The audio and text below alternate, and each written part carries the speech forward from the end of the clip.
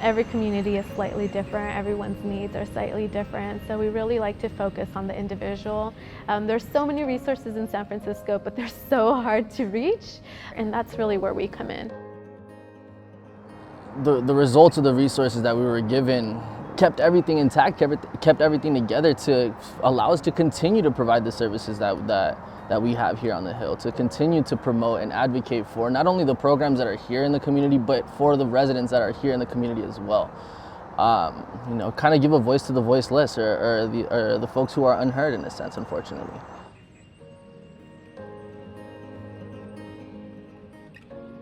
Bertha was actually one of the first people that came on as a client, and she had moved from Peru to the US. She had been here about maybe 3-4 months.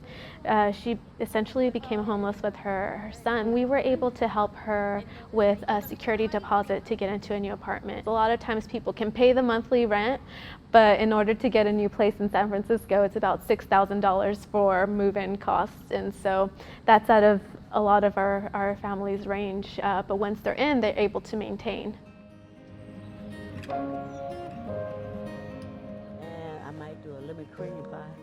It depends on how I feel.